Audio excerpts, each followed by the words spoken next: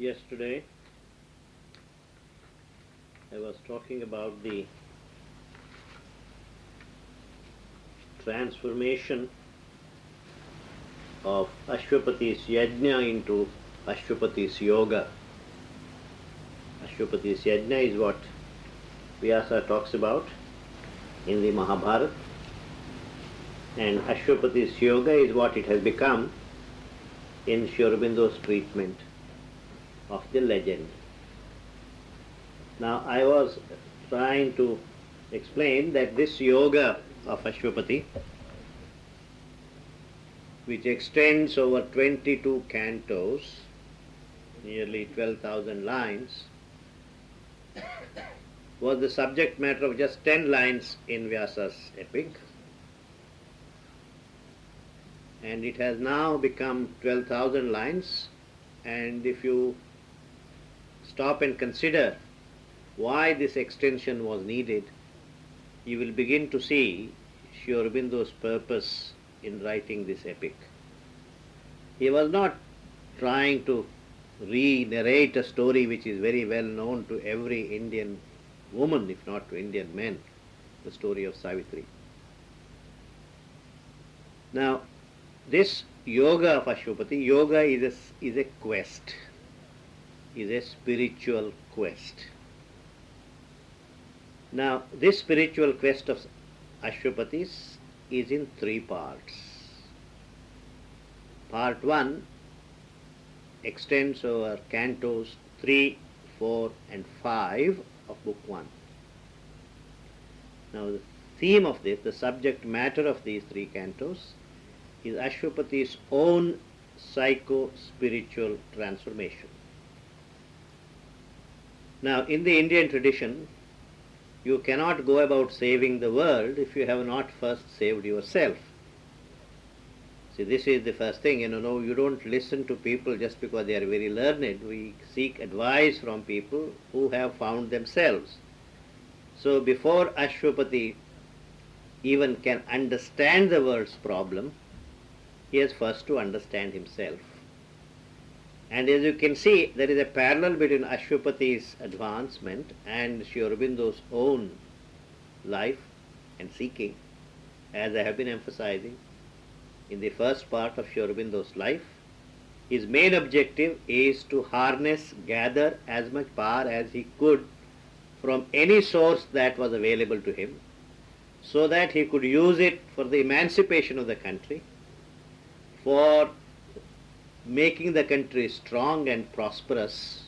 And he thought yoga was the source from which this energy, this power could be bought. But as you become a yogi, if you become a sincere yogi, your understanding of the world changes. Your understanding, your perspective on the world's problem changes. So he thought there was some peculiar problem with India. As he advanced in his yoga, he came to realize that the problem was not primarily Indian. There is nothing like an exclusively Indian problem. If you seek an answer to a problem which is exclusively Indian, it can't be a long-term solution. It can only be a short-term solution. The answer to the problem he found, he saw, was we have to seek an answer to the problem of humanity as a whole. That's what I was emphasizing. And so, in exactly the same manner, when Ashwapati begins to undergo this socio-psychological transformation, he realizes, or he finds answers to questions like, why are we here? How did the world come about? Has the world any goal? Where is it going? Has it any direction? Has it any guidance? Some of these basic questions. Now, what about the story of evolution? What is the meaning of this evolution? The evolution which scientists tell us has been going on for the last 15 billion years. And the apex of this evolution today is you and me, the human beings of the human consciousness. Now, is this the ultimate, the final rung of the ladder of evolution? If not, what is the next stage? How do we get there? How did this world come about? all these questions are answered in this part, Ashwapati's Yoga. In addition, when he knows what the world is about, very simply, his story, his understanding the world is, if there is evolution, what is it that is evolving? Scientists tell us how things have evolved, how, the process. But what is it that is evolving? Scientists very often tell us, we really don't know, but all that we know is the process, how many, centuries it took, how many, years it took from one stage to another stage. What is evolving? Where is it going? These questions can't be answered. Now, Aurobindo finds out what is evolving basically is consciousness. And then he discovered that what we call matter and what we call spirit, they are not antagonists, they are not enemies, so that you are compelled to choose between one or the other. They are in fact stages of the same reality. Now, if the consciousness has to evolve, now the question arises, we all say very glibly, that life came from matter. How could life have come from matter if life were not already latent in matter? How could mind have come from life if mind were not already latent in life? As we go on, you will find ultimately one day what is to happen here is that what is called perfect consciousness, what we regard as spirit, is going to evolve out of man. Now, how is all this possible if something has not already preceded it? And what has preceded it? God or perfection has already taken a plunge and become inconscient matter. Because perfect consciousness took a plunge and became inconscient matter, it is inevitable that this inconscient matter gradually, slowly evolves, and as it evolves, it releases finer and finer and finer aspects of consciousness. Take, for example, a tree. A tree is a miracle. A tree basically is a handful of dust. No scientists have prepared it. Nature has made a tree out of dust, out of matter. And notice what a miracle it is. This matter now is capable of drawing sustenance from the earth, carrying it up the trunk, feeding it to the branches, to the leaves. The leaves have become now capable of drawing energy from the sun, from the wind, from the rains, and then this is capable of reproducing itself. And how did all this happen? This is all supposed to have come from dead matter. Now, what it really means, therefore, is when a higher level of consciousness emerges, this consciousness is freer. A tree is freer than a stone. A tree has some freedom. The stone has no freedom. Now, from there you come to what is called the animal world. An animal is freer than a tree. When you chop off the branch of a tree, certainly the tree is hurt, but the tree cannot run away from the woodcutter. The tree cannot retaliate it. I am told in some Amazon forest there are trees which can even retaliate, but they are not by and large. This power is not given to ordinary trees. They just have to suffer in silence. But an animal, a dog, can bark at you, frighten you. But that is, the animal is freer than the tree. Human beings are freer than animals. Notice what has happened is we are very much like animals. We have more or less the same functions, more or less the same boundaries of life. We are also born like animals are born. We also live more or less the same way. And then we die the same way. We reproduce But there is something about human beings which you do not find in animals. Man is freer than animals. Man has something called his will. He is given within his limited freedom, he can exercise his will, at least in the illusion he can exercise his will. And yet, man is not completely free. You have to eat, you have to drink, you have to sleep. So man consciously keeps dreaming about a level of consciousness which is completely free from all contingencies, and that consciousness is called God. It's as simple as that. God is that consciousness which is much more free than what we are. See, we are subjected to various conditions, various limitations. Of course, we are better off than animals, animals better off than trees, trees better off than a stone. This is the evolutionary journey. And so, in very brief, we'll come back to it again and again, because in Sri Aurobindo you find for the first time you do not have to reject either the rigorous search of modern science or the ancient spiritual quest. He does not say choose one or the other. He says both are right and both have to be accommodated, and he is building a theory, his metaphysics is this theory, which will enable you to reconcile the claims both of the spirit and the matter. And so, evolution, when Darwin first talked about evolution, the long-term result of this evolution were churches become available for sale in England. People started going to churches. People lost faith in churches. How can we say man has evolved from monkeys or apes? And so the Bible must be wrong. All the spirituality must be old women's, old wives' tale. We reject it. And as a result of it, during the last 100 years or so, in the West, people have gone affirming science. Once in a while they feel guilty that they have rejected the spirit, and any kind of spiritual movement that comes from India, suddenly you find thousands of people becoming disciples, they become a cult, and very often it all vanishes. But the West has by and large gone after science, but they would like to accept the reality of spirit, they would like to accept what the spiritual quest is all about, but there is no reconciling overarching theory.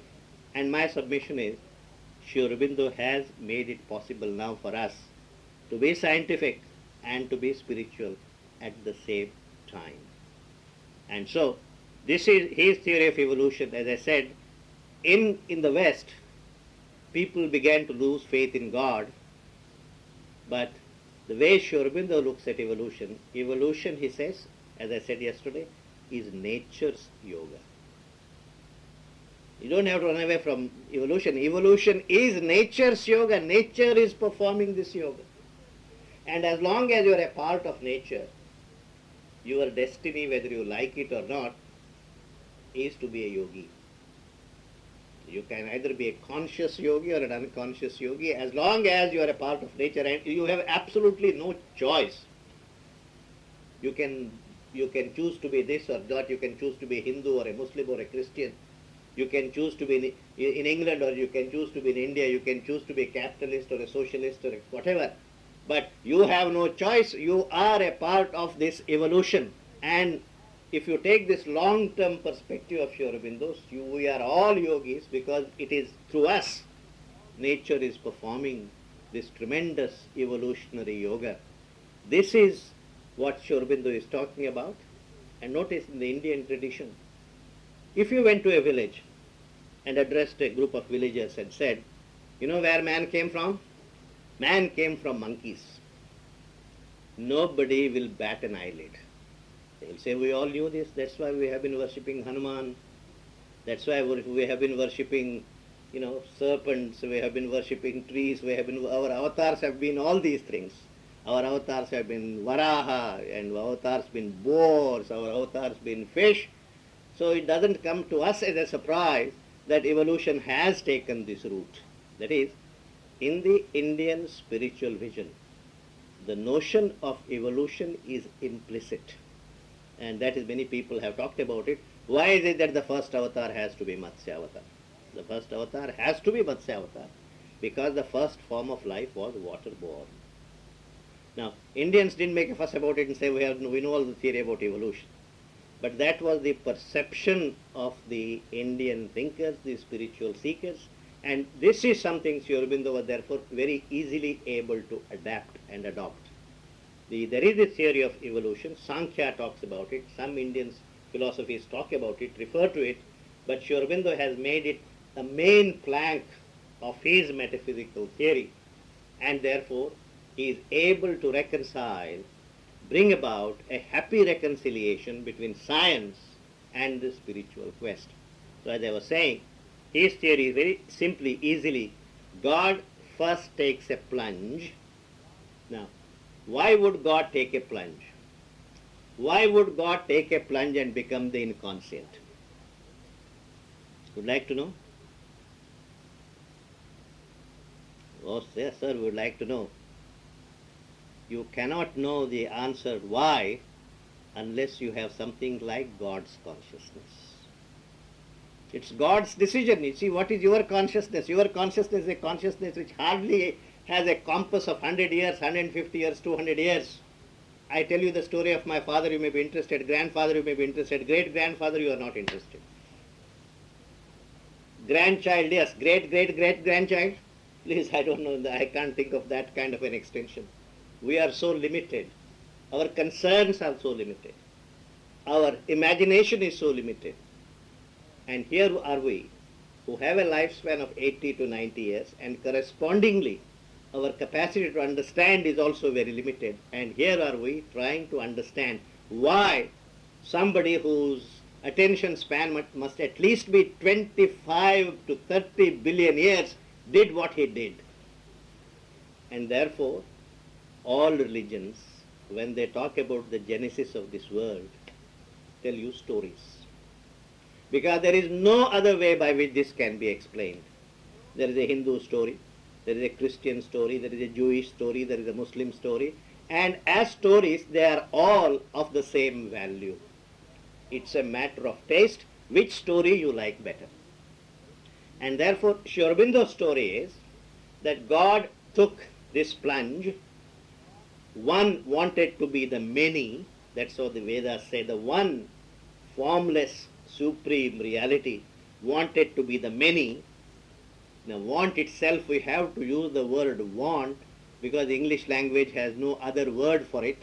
Notice what is happening is, when we talk about spiritual experience and spiritual reality, we have very often to talk about it in human language.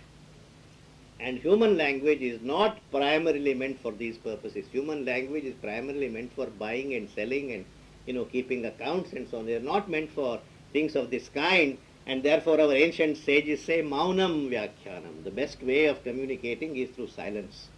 We simply think this must be, this must be some dumb way of communicating. It is not a dumb way of communicating.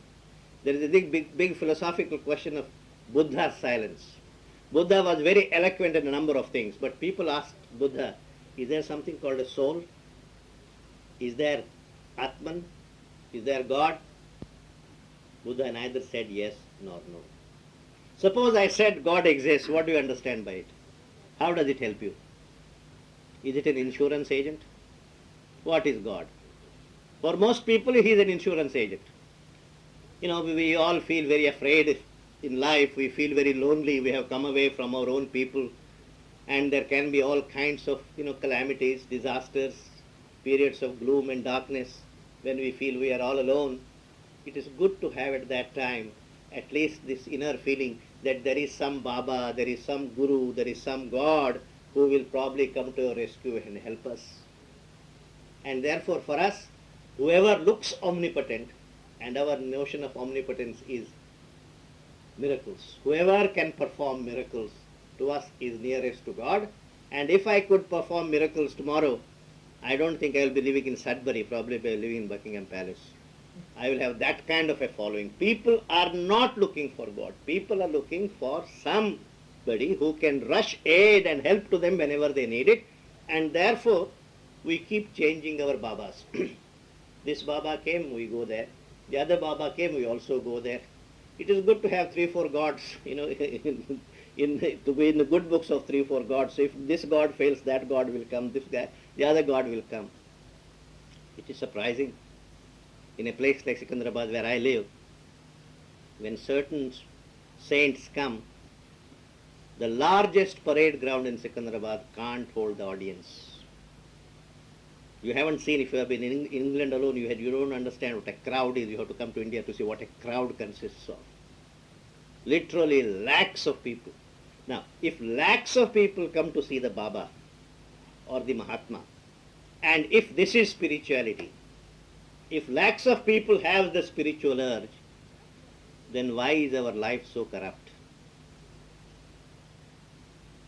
We don't come to God to ask for any of these things. We come to God so that please try to understand, I'm not criticizing this. This is the human way, this is the human mode. But we should not say, this is, I'm very spiritual because I have gone to all the temples, I have gone to Tirupati, I have gone here. Most of the time, God grants our prayers. But as Aurobindo says, I'll read a paragraph later, when He doesn't grant our prayers, it's a greater grace. He knows when your prayers are harmful, you don't know it. Mentally we think, our calculations are such and such, so I must get this and this, and God does give you what He thinks will be helpful. If what you are asking in His judgment is not helpful, He rejects this prayer. And later on, 30, 40 years later, when you look back on life, you say, it's very difficult to make up my mind which was the greater grace, when He granted my prayers or when He rejected my prayers. You really don't know. The real spiritual life begins when you can say, see, if God came before me and say, what do you want? I'm very pleased. You have gone to England and Sudbury and you have lectured. You have gone to Australia and New Zealand. I'm very pleased with you. What do you want? I will say, God, I have a little agenda here, in here. You take it over. So, make your will mine. Fulfill all these things. This is all that I want. That is not spirituality. Spirituality begins when you say, let thy will be done. I don't even know, God, what is good for me. You decide what is good for me and do it. I even don't want to formulate what I want. There is a story. Swami Vivekananda, he had just finished his studies. His father was very large-hearted. He made a lot of money, but also gave it away to his relatives, to who the needy was, and so on. When his father died, they found there was nothing left in the kitty. And all these younger brothers, sisters, they were all growing up. No earning member. Vivekananda himself had not completed his studies. He had started going to Ramakrishna Paramhouse. And so he said, now I must give you all this up. I must look for a job. As you know, in Calcutta and Bombay are two places where, even ordinary fools get jobs. Vivekananda, a man who was to shake Chicago World Religious Conference, went round from office to office in Calcutta, was not able to get a job. God doesn't take care of His own people, I think, as much as we think He does. And so he used to wander the streets of Calcutta on an empty stomach, and used to go back in the evening, and his mother would say, why don't you come and have your dinner? He knew if he had his dinner, his mother would go hungry. So he would say to his mother, Mother, I was invited to a birthday party, such and such a person. And it was a fabulous party. There were, rasagullas, and there was sandesh, and there was this, that, and the other. I can't even, take anything at all. Just give me a glass of water, I'll be happy. This was the way Vivekananda himself had to go through life. And it's also said one day, he felt very giddy with empty stomach. He was wandering all over the Calcutta and fell down. And then because of his, pangs of hunger. At this time, he one day went to Ramakrishna Paramahansa. And Ramakrishna Paramahansa knew his problems, his difficulties. He said, look, this is the Kali temple where I have offered worship for the last so many years. today is a good day. There is nobody in the temple. You go into sanctum sanctorum to shut the door and ask of the goddess whatever you want. I promise that will be given to you. Whatever you ask. And the uppermost thought in Aurobindo, Vivekananda's mind, of course, would be some job, head clerk maybe, something of that kind. So he goes there, closes the door, stands before the sanctum sanctorum, the deity, and joins his hands. There are tears in his eyes. What does he ask for? He asks for vairagya, give me discrimination, give me detachment, give me devotion. He's like that 15-20 minutes, then he comes out. Ramakrishna Paramahamsa said, did you ask what you wanted? No, I forgot. I asked for only these things. He said, go once again. He goes once again. Once again he forgets that he wanted money, he wanted a job. The point I am trying to make is that that is spirituality. When you are convinced that your calculation, your mental agenda, however carefully formulated, is not going to be the best thing that can happen to you, but fulfilling God's will, that is the best thing that can help to you, that can happen to you. That is the beginning of spirituality. So, spirituality, as I said the other day, is merging the spark with the conflagration of fire. This is what basically spirituality is all about. And Ashwapati now is in that process. And in that process, as he goes on, there are a number of things.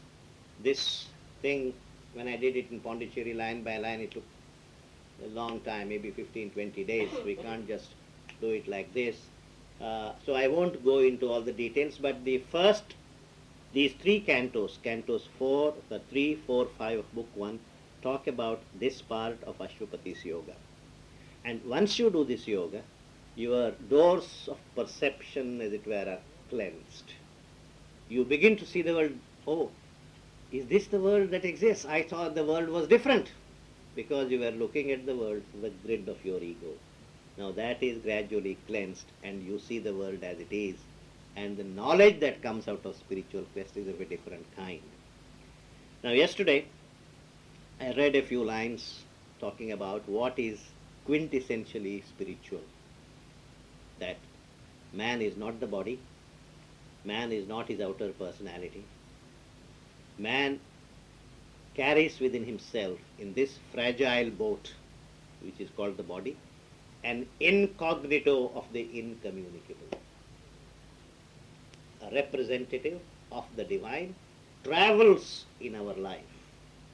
That is the purpose of this life. And there was a long description, I didn't go into it.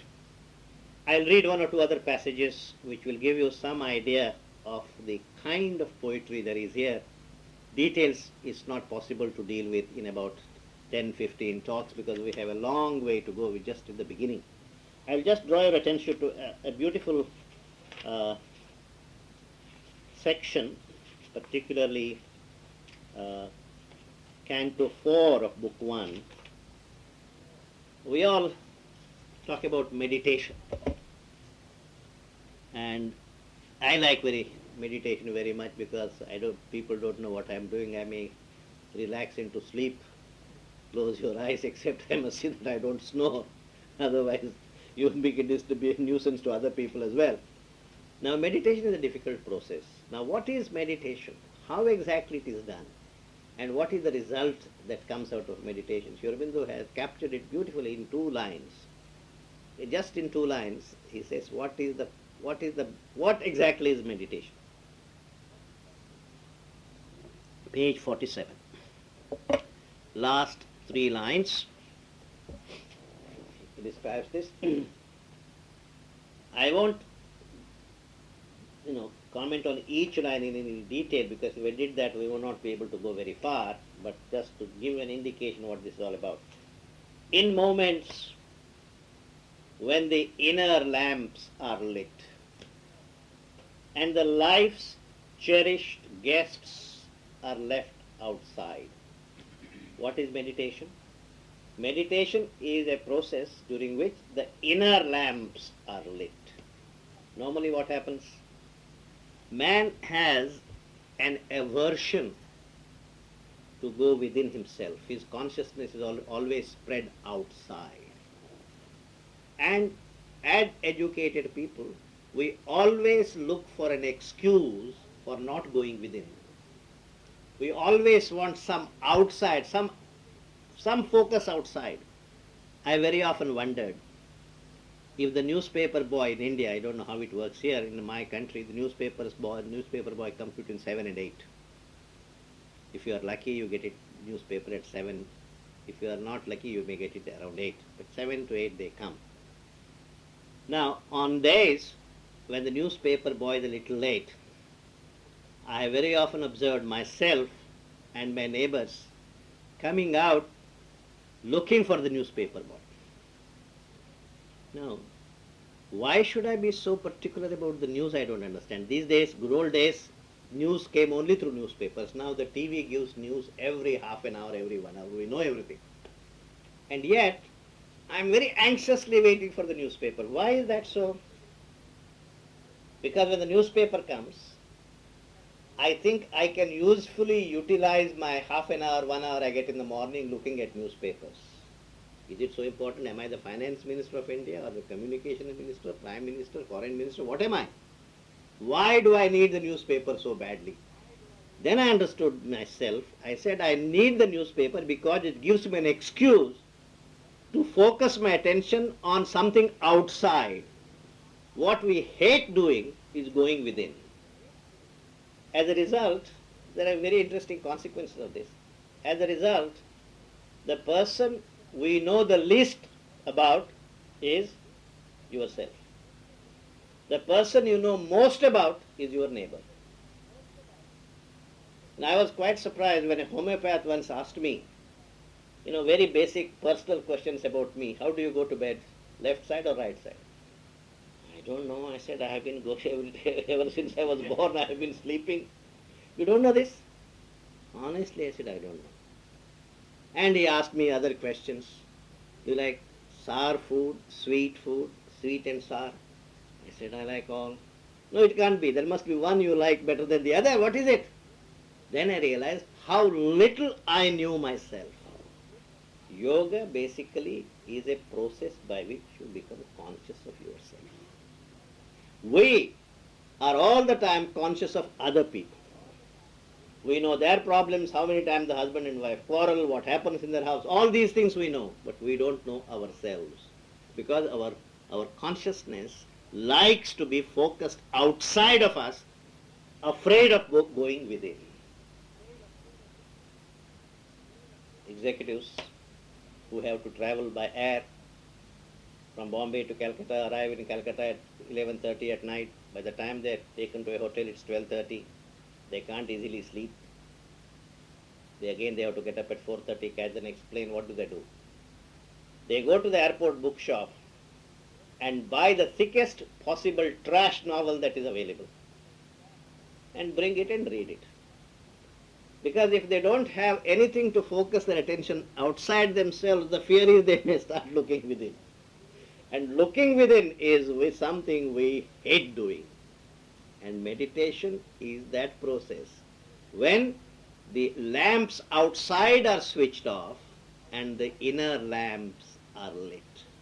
The concentration is on yourself. How beautifully he says that. In moments when the inner lamps are lit. That's one condition. What is the second condition? And the life's cherished guests are left outside. Who are the life's cherished guests? My worries about my promotion, about my shares, about my mortgage, about my son's progress in life, about my daughter. All these are our cherished guests. We always like to live with them. But in moments of meditation, you have to learn to leave all these cherished guests at the door and just go inside yourself. That is a journey You have to make all by yourself. You can't have a companion in meditation. You must do it yourself. Everything has to be left outside. Unfortunately, it is difficult for us to leave the cherished guests outside. You go to a puja room, you make puja for half an hour, 45 minutes. Puja is a wonderful thing.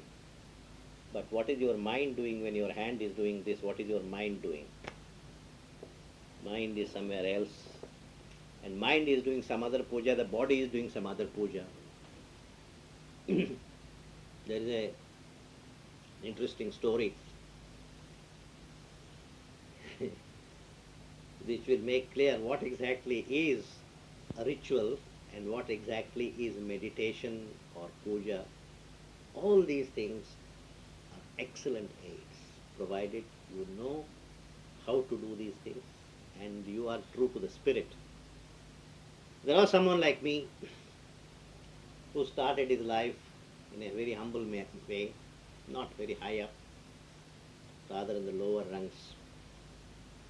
And he wanted to make progress in life like everybody. So he had an elderly friend.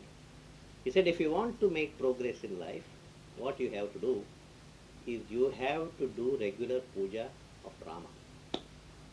Regular, you have to do puja. This is the procedure. These are the verses you have to chant, and this is the procedure. These are flowers, this, that, the other. Half an hour you do every day, and you will see within 3-4 years you will find yourself uplifted, even your career also will be making great progress. He said, all right. He started doing it. 4 years passed, 5 years passed, 6 years passed, 7 years passed, not even a single promotion. What is this I am doing wrong? How is it Rama is not pleased? I don't know. Then, from a distant country came a friend like Dhirubhai. I told him, Dhirubhai, look, what is my problem? I have been doing this puja to the best of my ability, but no progress. Oh, Dhirubhai says you are doing something wrong. You know, Rama is a complicated God. To please Rama is very difficult. What you have to do is to worship Shiva. He is a Bhola. Shiva is a very simple God, and he can be pleased very easily. Why don't you start doing puja to Shiva? So he teaches me the techniques of doing it. So what do I do that day? That day I go to a shop and bring a little image of Shiva, and put it in the puja room. Puja time comes, I can't just throw this Rama's idol out through the window. I have been worshipping it for 5 years. Like Ganapati Bappa More, I must also take it to a river or a sea, and then the Visarjanam has to be done. So what do I do? This man, not me, but this man pushes that Rama's idol to the corner and Shiva in the center. So the puja begins. When the puja begins, he lights an agarbatti. And as his luck would have it, that day the wind coming from a certain direction, the fragrance, the smoke that comes from agarbatti, instead of going towards Shiva, goes towards Rama. He says, no, this is not meant for Rama, this is meant for Shiva, he says. How do I prevent it? He calls his son. He says, ask your mother to send little cotton wool. So son brings some cotton wool. And he takes this cotton wool, stuffs it in the nostrils of the Rama's idol. And he says, this agarbatti, this puja is not meant for it, is for Shiva. And the story goes, at that moment, Rama appears before him, stands behind the idol and says, in all these 5 years, this is the first time you behaved as if I really existed. Otherwise, why should he bother, to stuff this cotton wool? The point is, when you are doing pujas, when you are doing meditation, if you are true to the spirit and do not let it slide and become a routine, a ritual, then you will see you are galloping to progress. The same thing is true of meditation. Aurobindo has written a great deal about meditation, and meditation, Mother also has written a great deal about meditation. Mother in fact believes that if you do your assigned work in the right spirit, Meditation takes possession of you. You don't have to try and sit for meditation. It possesses you. Meditation is a poise of your consciousness. It comes and possesses you. There is a lot about meditation that can be said. But basically, my point of emphasis is meditation is a time when you go within yourself and realize that by virtue of being a spirit, your consciousness is a multi-tiered, a multi-leveled mansion, of which all these years you have been occupying only the front portion. You have only been occupying the garage of the house and says, this is I am. Meditation makes you aware of what you are. And as you go in, as the doors open, you will find there are ranges of consciousness, levels of consciousness. There are levels of consciousness below the mind, which modern psychology has started talking about, subconscious and inconscient and so on. There are levels of consciousness behind the mind, what the yoga talks about as the subliminal consciousness. And the subliminal consciousness, if you have access to these levels of consciousness, you can close your eyes and see exactly what your brother-in-law is doing in New York. You don't even have to use your senses. Yogis can do this. There are levels of consciousness of that kind too. Then there are levels of consciousness above the mind. These are all ours to possess, to reclaim. But all the time we have just been living in the front porch, infested by rats and scorpions, and we think this is all our consciousness is. Meditation is an opening into these multi-mansioned consciousness that we all are. And yoga is basically knowing yourself, knowing the depth of yourself, knowing the vastness of yourself, knowing the height of your own consciousness. This is all what yoga is all about. Yoga makes you understand yourself, realize yourself as fully as possible. Yoga is not getting any siddhis. Yoga is not doing magic, mantra. Yoga is repossessing yourself. Your innermost capacities, your innermost faculties all come up. And this is a beautiful expression of that. I'll just read it. In moments when the inner lamps are lit and the life's cherished guests are left outside, our spirit sits alone and speaks to its gulfs, sits alone and communicates with its own interior, speaks to its gulfs. A wider consciousness opens then its doors. Oh, is this all mine? Yes, it's all yours. A wider consciousness opens then its doors. Invading from spiritual silences, a ray of that timeless glory stoops a while to commune with our seized, illumined clay, and leaves its huge white stamp upon our lives. Every time your meditation is successful, you come out vaster in knowledge, vaster in realization, purer in mind. This is the result of meditation. If you once have tasted this meditation, the result of this meditation, nobody will have to ask you to go in for meditation. You will yourself look for opportunities to go into meditation. The secret for this requires is the right way of entry and know exactly what to expect. That's what he says. In the oblivious field of mortal mind, revealed to the closed prophet eyes of trance, or in some deep internal solitude, witnessed by a strange immaterial sense, the signals of eternity appear. The signals of eternity, as I told you, that our inner nature is deathless, its nature is bliss, its nature is knowledge. We can't believe that we can access all these things. We think we can only access these through books. Books are a second-hand way of acquiring knowledge, and that also knowledge on the surface.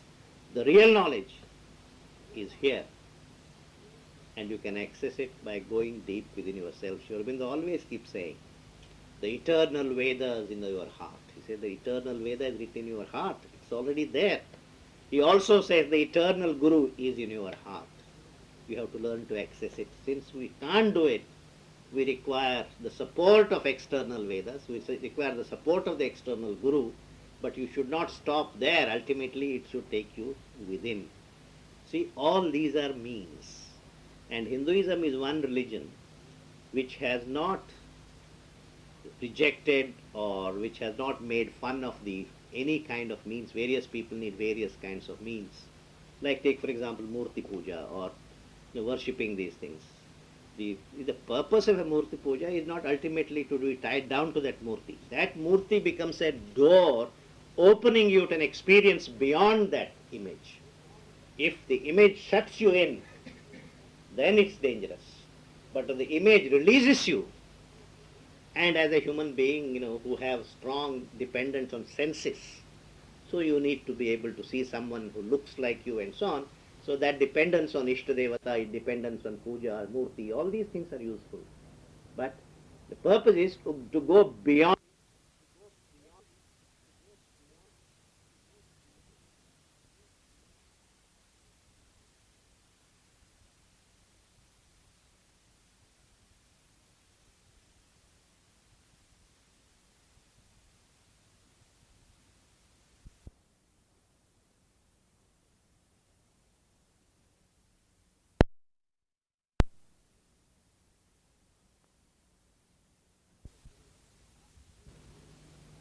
The Guru in your heart, and then you don't need any external aid, you don't need any other Guru. Ultimately, spiritual life is a colloquy between you and your Maker. And where is he sitting? He's sitting right here. There is a story, as you probably know, God, after he created the world, it seems, these stories have become international. So when I tell the story, many people start smiling. They already know this story, but at the risk of it, I'll repeat this. God said, man is becoming so smart, I must do something, I must hide somewhere where I won't be easily found by man. So what did he do? He found a little corner in a remote galaxy, far beyond any galaxy that man had so far tracked on his computer, and hid it in that galaxy. And lo and behold, some smart whiz kid immediately found out where God was and said, here you are. And this is not right. He said, I must do something else. I must hide myself in a place where man will not look for me.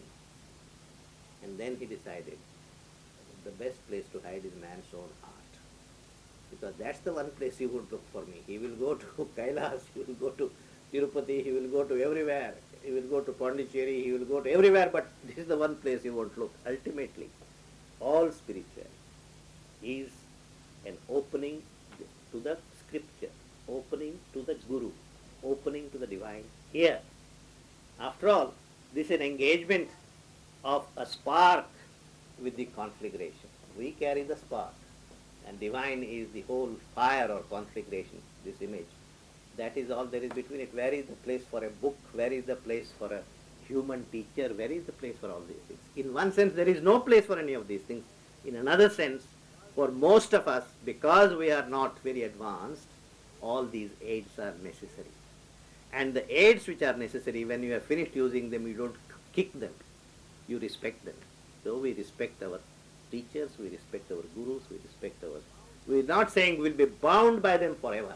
This is the difference. Hinduism knows that these tools are needed, but it also knows they are only tools. It never mistakes the tools for the goal or the goal for the tools. They are two different things. Tools are needed. Different people depending on your nature. Each person is each individual is different. His psychological makeup is different. He needs a different program, different. So we allow 1,000 different ways to God. If only the West had not come into India in such a strong way and had not completely brainwashed it, Hinduism would have come to a synthesis where it would have said, Christianity is another way to God, it's a part of Hinduism. Islam is another way of God, it's a part of Hinduism. We have no quarrel with any one of them. But the West said, there is something called religion, and you have to have a religion. And we said, yes, we have to have a religion. What religion shall we have? Oh, we will have Hinduism. And as soon as we have one religion, this religion is against another religion. This idea that we are a religion simply didn't exist in the minds of our Hindu tradition. we have become victimized by this cultural aggression of the West. And we now play their game, and then they find we are not playing that to their satisfaction. And Nehruji and everybody said, how do we play our games? He looked at America, he looked at England so that he could receive a pat on the back. Oh, you are secular in the right sense, Shabbat. This is what we have done. If we are really true to the spirit of our tradition, our record has been so great, our record has been so wonderful. But we are not sure of ourselves. This entire millennium, beginning with 1100 and very soon to end, has been a decline of our spirit, of our strength. I am only hoping with some confidence that next millennium will be ours. It is not a millennium of Hindus, it's a millennium of the Hindu spirit. It's a millennium of real understanding, real tolerance, real coming together of people. Now people are coming together under agreements and arrangements and pacts. This will not last for very long. People have to come together out of love. This is our tradition. You know, some of our friends always said, the Bible they say, love thy neighbor as thyself. Isn't it very great? In no scripture of India they have said, love thy neighbor as thyself. So, you look furiously for somewhere something like this, love thy neighbor as thyself. Now, you know, great tragedy of this all. If you asked a Christian clergyman, Christ said, love thy neighbor as thyself. Why should I do it? Why should I love my neighbor? I don't know. The Bible says this, it's the God's world, so you must love your neighbor. That's what the reason. The Bible says this, so you do it. If you want to find the reason why you should love your neighbor, you must go to Brihadaranyaka Upanishad. You must ask Yajnavalkya, why should I love your neighbor as myself? Because you will say, oh fool, there is no neighbor. He is yourself in another form.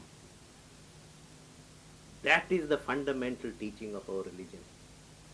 When you love your neighbor, it's not as if you are kind of doing great, a kind of selfless act. Your neighbor and you are the same spirit. They are two manifestations of the same thing. That's why Yajnavalkya kept saying, this is the great Yajnavalkya's love story. Yajnavalkya was about to retire and he had two wives and he divided his property into two equal parts and calls one of his wives and says, look, I have divided property into two equal parts, so there should be no later misunderstanding between you. And this wife says, thank you very much, but all the property you have given me, will it give me immortality? Immortality it won't give me. Then if it won't give me immortality, I don't want it, she says. Give me only that which gives me immortality. And then this begins.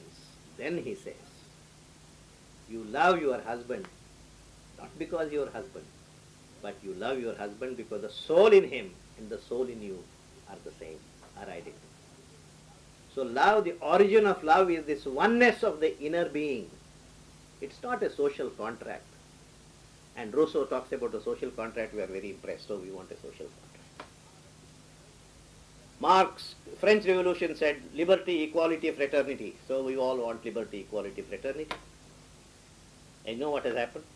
America practiced liberty, but there is no equality. Russia practiced equality, there was no liberty. Why is it that liberty and equality do not live together? Because liberty and equality cannot live together without fraternity. What is fraternity? Fraternity is the understanding we are all sons of the same father. This is not a social contract. Now who can prove we are sons of the same father? My father is different, your father is different. How can we be the sons of the same father? This is spiritual teaching. We are all representatives of the same supreme reality. We may be going through ignorance, that is the phase through which we are now passing, but the reality is we are manifestations of the same. The left hand doesn't have to be told, please look after the interests of the right hand. Because the left hand, right hand belong to the same person, so the left hand automatically looks after the right hand automatically looks after the left hand. So if I realize that you and I are manifestations of the same reality, I don't need any scripture to tell me how to love my neighbors. This comes spontaneously, that comes automatically. This is the great understanding, the great teaching. We have forgotten all this. We are a part of history, and for the last 1,000 years we are being educated, and we have to be grateful to the West for 100 different things. All the science and all the technology they have brought to us, we are very, very grateful to us. But there is one thing that's all up to us. We should not sell our soul for the science and technology we are getting. We must reclaim our heritage. We must be proud of our heritage. And our heritage is not a heritage of oppression. Our heritage is not a heritage of, Aurobindo says, Mother India has given in her bosom the same place to the Mohammedan and the Christian and the Parsi and the Sikh. This he said a long time ago. But he said, if you want the love of the religious minority, don't pamper them the Congress way. You'll be quite surprised. He saw this nearly 60, 70, 80 years ago. He said, Muslims have problems. Our Harijans have problems. Our Dalits have problems. There are national problems.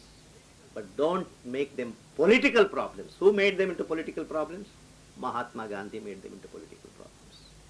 Because he played Indian politics in the Christian way and not true to the Indian spirit. I'm sorry to say that. I have great regard for Mahatma Gandhi.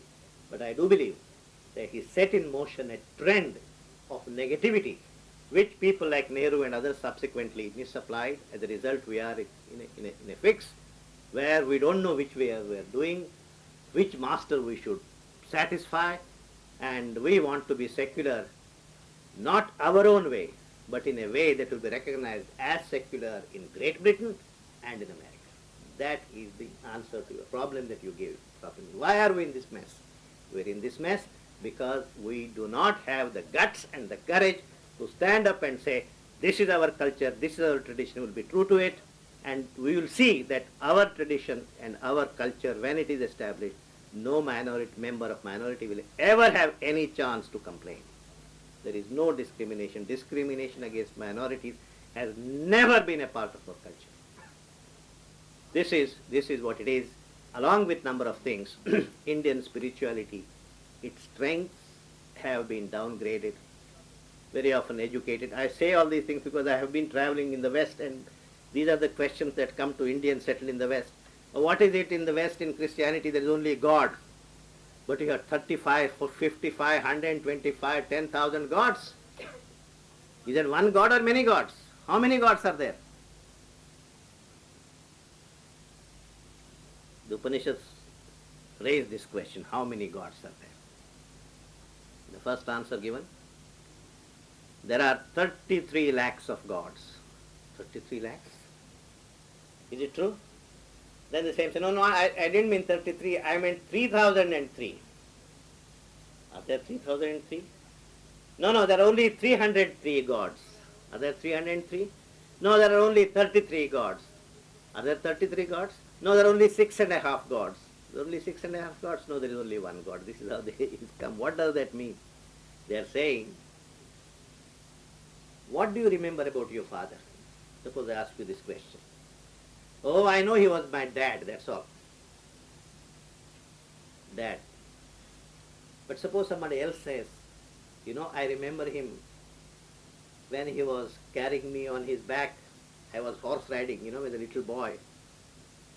That is one image of my father I remember. What is the other? I remember the day when he held my finger and took me to school. That father I also remember. The third father, what is it? When I found that my chappals were lost, somebody had stolen it, and I came crying home, and my mother was very strict. He said, what is it? You should have taken care of your chappals. You can't take care of your chappals. From tomorrow, no chappals for you.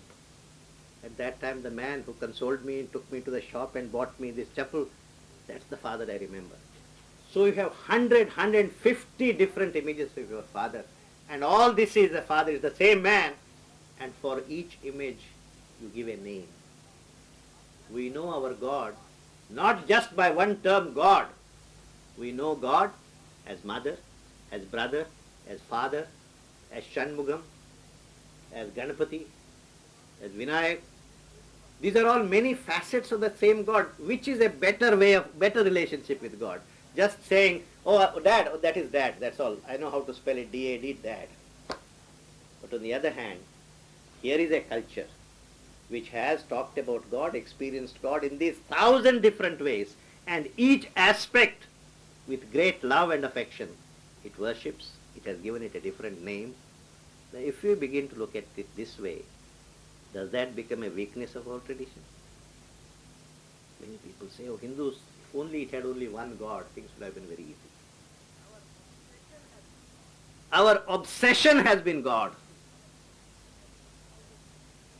Naturally, since our obsession has been God, we have had 1,000 different relationships with Him, 1,000 different aspects, 1,000 different names. Mahakali, Mahasaraswati, Mahalakshmi, Maheshwari, Durga.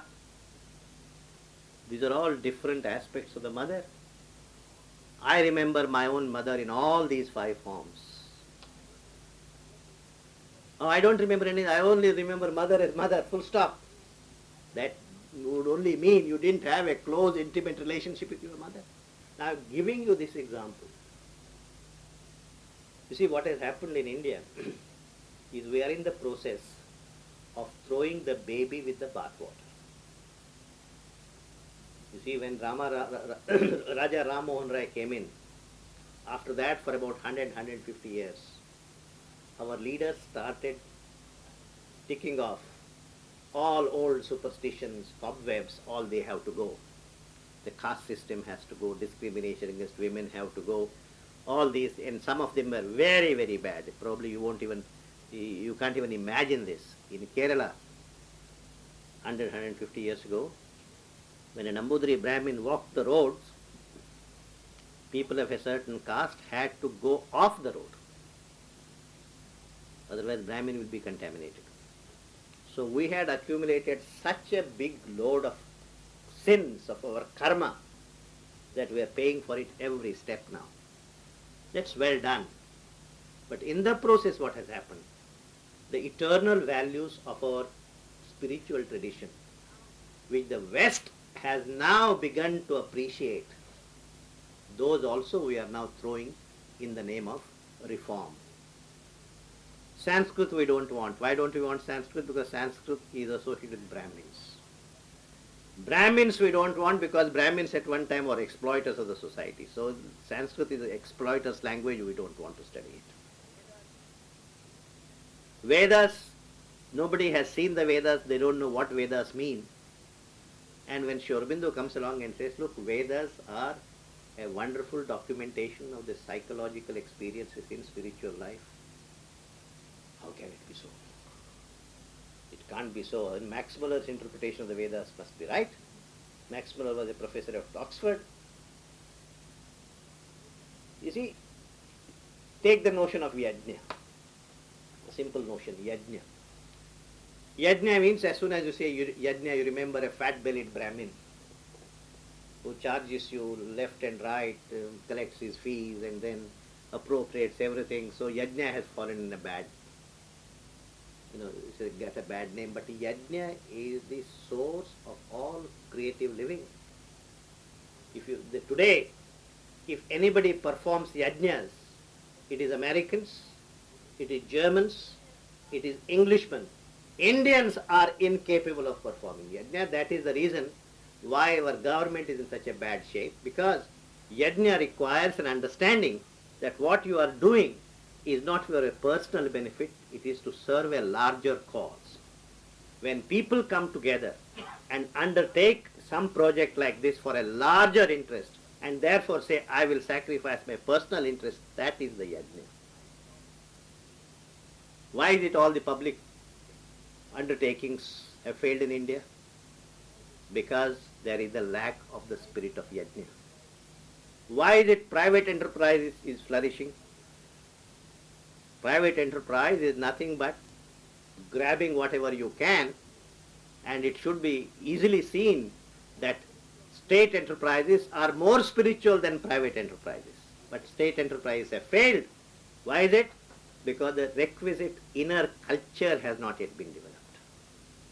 Aurobindo used to say, socialism is to capitalism, as I said the first day. Socialism is to capitalism what civilization is to barbarism. But he said all the ways that the West has so far devised to implement socialism, I don't want to sit in judgment over them, but they will not suit India. We will have to evolve our own institutions.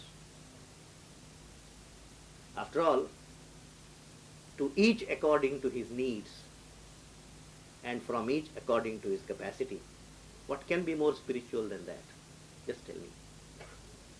You get because you need this. You contribute whatever you can. This is the basis of a wonderful society, a spiritual society. But Marx was unable to see this, that to make communism a success requires a spiritual approach. He denied the spirit. He based it on materialism, call it dialectical materialism, and that he wanted to base this. It should be the other way around. Spiritual values should hold on that foundation a material structure. Marx tried to reverse this. He wanted to have a material base and a spiritual structure over it. That's why he failed.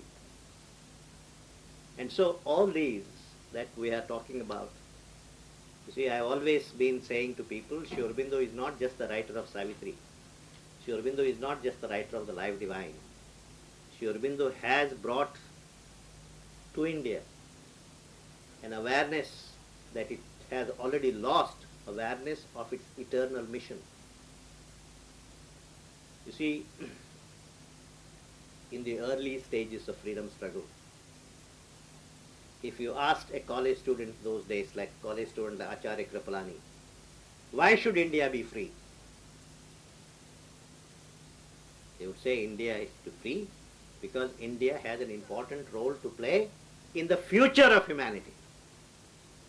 In Gandhian era, if you ask somebody why should India be free, they would most probably say because if freedom is our birthright, Tilak has said that, there is no other reason.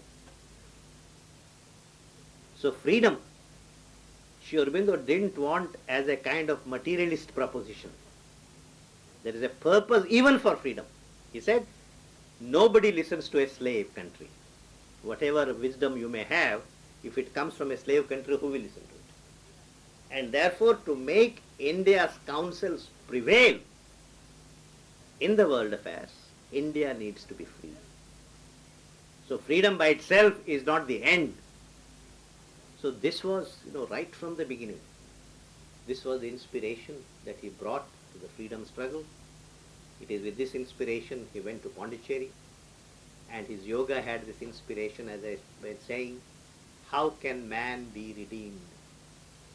When all these philosophers, all the thinkers, Sir Arthur Koestler and others are saying, man has a paranoid streak, man is going to destroy himself, and the 20th century literature in the West, whether it is French literature or English literature, whatever literature, is an anguish, a cry, as I was saying yesterday, for significance. We have the most beautiful cars, we have the most beautiful social security system, we have the most beautiful this, we have the most beautiful thing. But would anyone say why we should live? What is there to live for? We don't know. And existentialism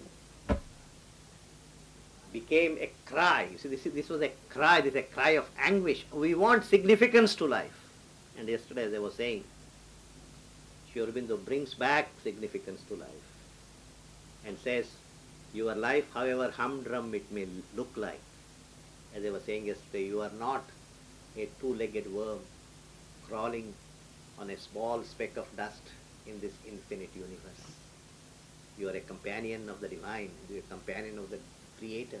What you make of your life matters to him. That kind of reassurance he has brought back. So Savitri is not, I could go on waxing eloquent about its poetry, yoga and so on, but I guess some of you probably have more access to the poetry than I can have. And whichever way you go into Savitri, when I come back, I find both my hands overflowing with all these treasures. And so even when you talk about Ashwapati's yoga, you see once again, wherever he talks about meditation, wherever he talks about inner life, spirit and so on, it is not what generally it is believed to be, a tired man's preoccupation, a defeated man's preoccupation. Who should turn to spiritual life? People whose business has gone into liquidation. If you are doing very well in business, what is the need to go into spiritual life? That is the general understanding. Spiritual life is needed to understand what you do with your success in life. You have made a lot of money. What do you do with this money? Only when you have the inner spiritual awareness, you know what to do with your money. The problem, the anguish in the Western society is an anguish which is based on this, that we have everything material that can be thought of. Never in history did man enjoy such comforts, such power as the Western enjoys today. Thanks to the last 50 years, we have not had any major wars. All the sports, everything is growing everywhere. But what is this all for? What do you live for? This is the anguish, as I told you yesterday, right from Copernicus. There is the establishment that the earth is not the center of the universe. Earth is only something that goes around the sun. The sun is not at the center of the universe. The sun is only presiding deity of one planetary system. There are many such planetary systems in a galaxy. There are many millions of galaxies there are. So if you realize this, you suddenly feel man's relationship, man's significance of life is gone. Then come various scientists. Newton said, God, if there is a God, he created all these particles and he created all these attraction, repulsion, etc. And once this is all done like a clockwork, a mechanical clock, everything has been pushed out into the open. Nothing has to be done. The clock will slowly wind down. Ultimately, one day probably the clock will stop. There is nothing you and I can do about it. Psychologists also said that. Freud said that. You have no freedom. You don't know when from down below your subconscient and inconscient all these samskaras will erupt and make you do stupid things you never know. Marx said the same thing. Marx said there are unchangeless economic laws and there is nothing you can do about it. So more and more science, psychology, physics, etc. make this world look like a deterministic world. Man has no freedom. Somehow you believe that it is only the religious fellows who think man has no freedom, there is karma, and no. If you really understand modern science, modern thinking, the ultimate conclusion is man is not free. Man is not free, man's life has no significance, then why do we live? The good thing about it is, most of us don't know enough about science and therefore don't know enough about these things. If you really begin to understand this, you will have the problems of some of these thinkers. And it is to this world that Sri Aurobindo addresses Savitri. And as you read this, slowly you begin to perceive significance of your life, your doings, and your life becomes sacred. Living itself becomes meaningful. To live, to love, there are lines in Savitri that are a great privilege. You are very happy you are alive. You are happy you are you're functioning in this world. You are not asking for let God terminate my life. Your prayer is, make my life as long as you can, O Lord, so that I can participate in this joyous adventure of creating a perfect world. This is the spirit, this is the vibration that is filled this book with.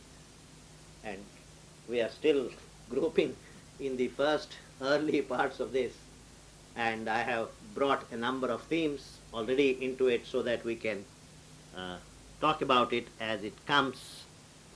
I will leave this particular section, go to another part. I only remember 7:30, and by the time I look back to watch, it's already 8:45. I'll read out 59, line 50, page 59. Many of you probably have started feeling that Savitri is all about this, universal issues, evolution, this, that, and the other. But I am a small man. What does it have to tell me, to my life? Does it have any hope, strength immediately I can derive from it? I'll read out a passage which will give you what basically Gita gives, which is what? Ma bhi, do not fear, do not be afraid. You are not alone in this world fighting a hopeless war. This is the passage, one of my favorites. I will read it out to you. Since it is my favorite, the chances are I may go beyond 9 o'clock, but I will try not to go beyond 9 o'clock. This is on page 59.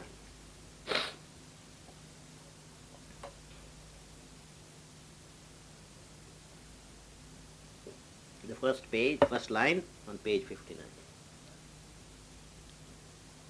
It doesn't need any context. The beauty of this passage is, it's just like that, it makes sense. I don't have therefore to tell you where exactly it occurs, at what point, what context. Alive in a dead, rotating universe, we whirl not here upon a casual globe, abandoned to a task beyond our force. He says, please don't think you and I here live on a dead universe. Dead, rotating universe. The universe, of course, is rotating, as you know, but we also think this is a dead universe, and we are alive in a dead universe. And what kind of a universe? We whirl not here upon a casual globe. What is a casual globe? You know, the word casual is the contribution of India to the English bureaucratic world, because casual leave is only given in India, nowhere else. What is casual leave? Casual leave is leave I take when my cousins, granddaughters, nieces, uncles, somebody falls ill, and therefore I have to go and attend that person. That is, casual leave is leave you want for no reason at all. I was once on a committee framing rules. This was an American group, and I was for some reason incorporated, and the service conditions, rules and everything came up. We found everything very fair, but one of my colleagues pointed out, sir, everything is very fine, but there is no provision for casual leave. The American director said, I have been in India for 2 years. The one thing I won't allow is casual leave, because I know what use people make of casual leave. If there is genuine reason, if while coming from your bathroom you slipped and fell, you did not have time to inform me, you inform me, I'll give you sick leave or whatever leave. But casual leave, because as you set out to the office, you met some friend and he said, let's go somewhere else, and then you realize after 11:30 I should have gone to office, I didn't go, what happens? Casual leave. That I won't allow, he said. So this casual globe is a globe without any purpose.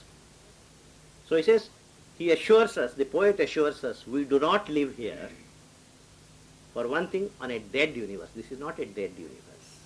Secondly, this is not a casual globe. This is not a globe which has no end, which has no purpose. It is still just there, and just by happenstance we are here, and it doesn't matter where you go. So it's not that kind of a world. It says, alive in a dead, rotating universe. We whirl not here upon a casual globe, abandoned to a task beyond our force. And don't you ever think God gives you a task without also giving you the capacity to do that task. Very often we say, I would like to be given the capacity in advance, then I will start the task. This won't be given to you. The capacity comes to you as you engage yourself in that task. And he promises us, the poet promises us, that whatever task, whatever challenge you face in life, if you sincerely undertake it, the capacity needed to fulfill that task will always be given to you. And therefore we are not here abandoned in a hopeless world, casual globe, required to do things for which we have no capacity. It's not true. He says, we alive in a dead rotating universe. We whirl not here upon a casual globe, abandoned to a task beyond our force. Even through the tangled anarchy called fate, and even through the bitterness of death and fall, an outstretched hand is felt upon our lives. The poet says, I know in life there is something called fate. And fate is so chaotic, so he uses the word tangled anarchy. Anarchy is where there is no rule of law. Just things happen. I know. If you look at the surface of life, you do not see any pattern, any coherence. Why did this man, whom we all know was good for nothing, how did he rise to this level? Why did the other man, whom we know is very capable, how is it that he has not progressed in life? How is it he has not prospered in life? We have very often wondered about this. Why is it in spite of my best efforts, I want to be sincere, I want to be very moral, I want to be very honest, but I don't seem to be getting anywhere, where the other man, who is a crook of the first order, he at least becomes a minister. In Indian context this is true. Why does this happen? How does this happen? Besides other things, once Aurobindo said, look, this question that you are asking, you all think you have great moral force in asking this question. There is one single flaw in asking this question. What is that flaw? The flaw is, let us say there is an examination, you are prepared for an examination. Now, he spends all his time studying chemistry. You spend all your time studying mathematics. At the end of it all, you can't complain, how is it that I didn't get enough marks in chemistry? Because you have been studying mathematics. He has been studying chemistry. If you don't get enough marks in mathematics, you have reason to complain. So what we are saying is, some of us are cultivating our inner life, our moral life. Why do you think God is there must be many Baniyas here, but I won't say Baniya. Why do you think God is a banker whose only reward for your good life is giving you material prosperity? You see, if you have cultivated the moral field, your return should be the moral field. At the end of the day, when you come home, doesn't matter, your crockery, cutlery may not be the most up-to-date, but whatever you eat, you happily eat. You are able to share it with other people. You have peace within yourself. You get a good night's rest. The other man, who probably has made a lot of money, but has not lived a clean life, he will not have a good night's rest. His mind will be full of problems. We don't see any of these things.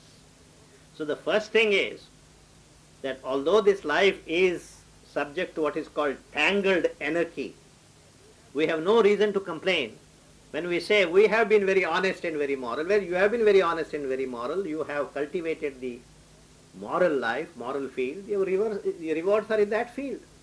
And those rewards are equally tangible. They are not intangible.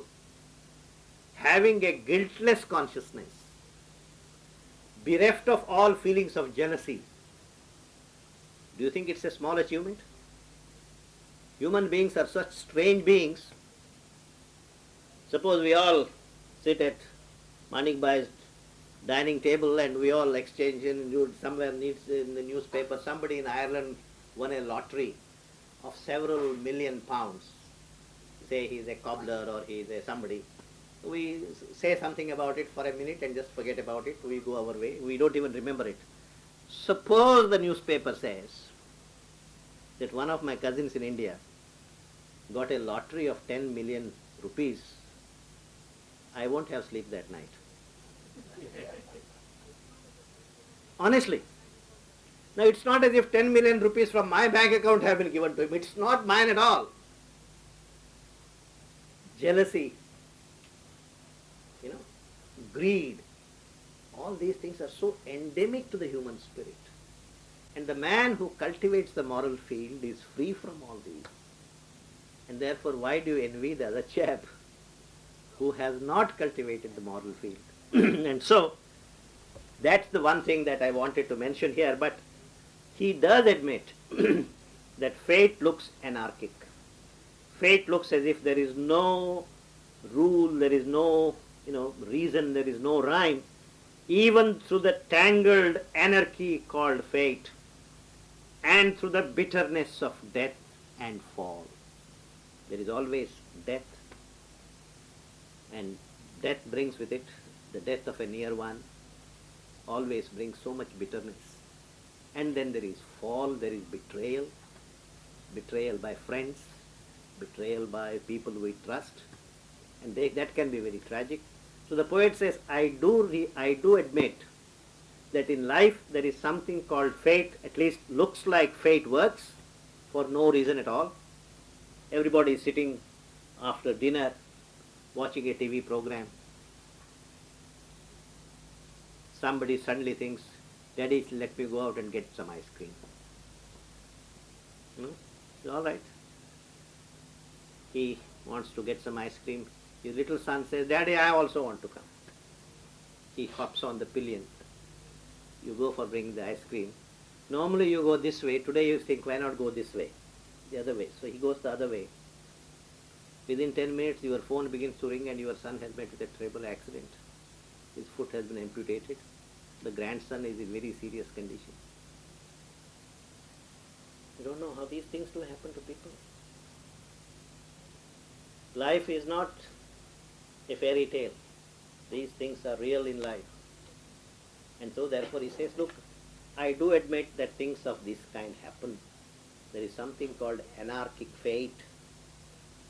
And yet the poet has the confidence to say, even through the tangled anarchy called fate, and through the bitterness of death and fall, an outstretched hand is felt upon our lives. You see, there is also always an outstretched hand. Now this is unbelievable. How can there be an outstretched hand? What was this outstretched hand doing when I was making all those series of mistakes? When I was stumbling, why did the outstretched hand not save me from stumbling? Why did the outstretched hand not save me from going into the wrong path? What is the use of this outstretched hand? This is the human mind always asks this question. Is there a God? If there is a God, is he interested in me? If he is interested in me, why did he not stop me when he knew that I was doing something wrong? Is it not his responsibility? I did what I could because I had that. My intelligence said that was the best thing to do. Who gave me the intelligence I have? God gave me the intelligence I have. So how is it that he expects me to behave any better because this is the intelligence he has given me? So human mind asks all these questions. And yet we are made to believe. The poet says there is an outstretched hand that is felt upon our lives all the time. There is a guidance. Then he goes on to say, it is near us in unnumbered bodies and births. He says this hand just didn't appear yesterday. It has been there throughout your several births. All the time it has been there. Then you ask the question, if it has been there all the time, why was I born in a poor hamlet in Calcutta? Why was I not born in the Buckingham Palace? The outstretched hand only had to give a push, isn't it? It could have given a push this side, I could have been born there. What was this outstretched hand doing all the time? These are human questions. We ask this question. And then he says, it is near us in unnumbered bodies and births. Sir, I do understand there is an outstretched hand. What is it doing, this outstretched hand? What is its purpose? What is its role in our life? And the poet says, in its unslackening grasp, it keeps for us safe. English is a funny language. It keeps the most important part of the message towards the end. It doesn't say what it is it's keeping in its hand. It simply says it is near it in its unslackening grasp. It keeps for us safe what?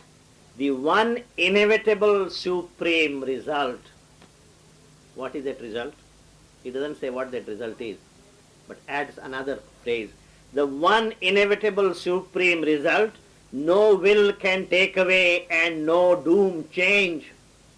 Nothing can change this inevitable result which the outstretched hand is directing your life towards. What is it? The crown of conscious immortality.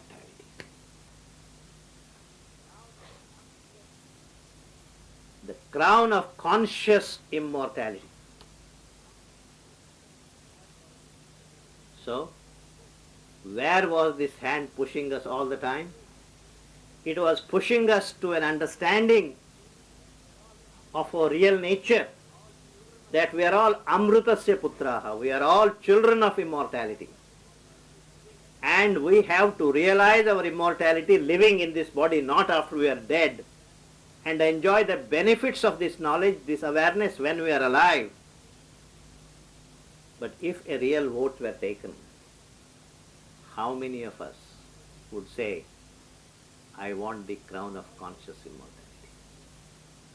If at all there is an outstretched hand, that must push me to the Barclay Bank. If there is an outstretched hand, it must push me to a higher chair in my organization. Who wants crown of conscious immortality? With our ignorance, what else can we ask? What more can we ask? We can ask for better material benefits. We can ask for more power. We can ask for more cars.